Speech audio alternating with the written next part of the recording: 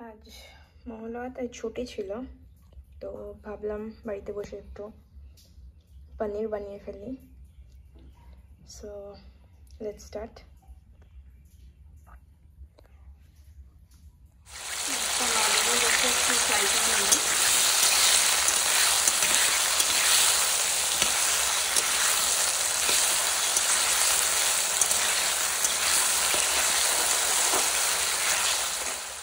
আলুগুলো ভাজা ডান,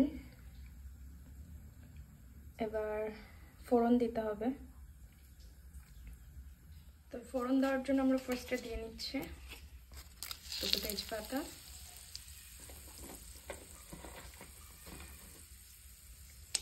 লবঙ্গ, দারচিনি, যাতে ভালো স্মেল বেরোয়।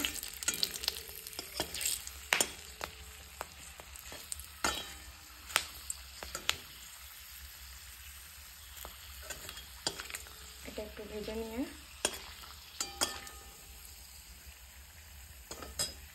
তারপরে দিয়ে দেব টমেটো।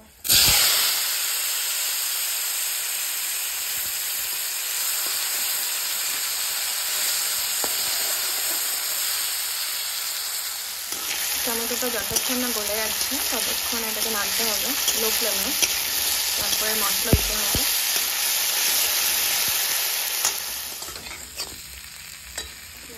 মশলা দেওয়া হয়ে গেছে, জিরে, লঙ্কার গুঁড়ো, হলুদ, নুন। এবার একটু ফ্রাই করে তারপর জল দিয়ে দিতে হবে।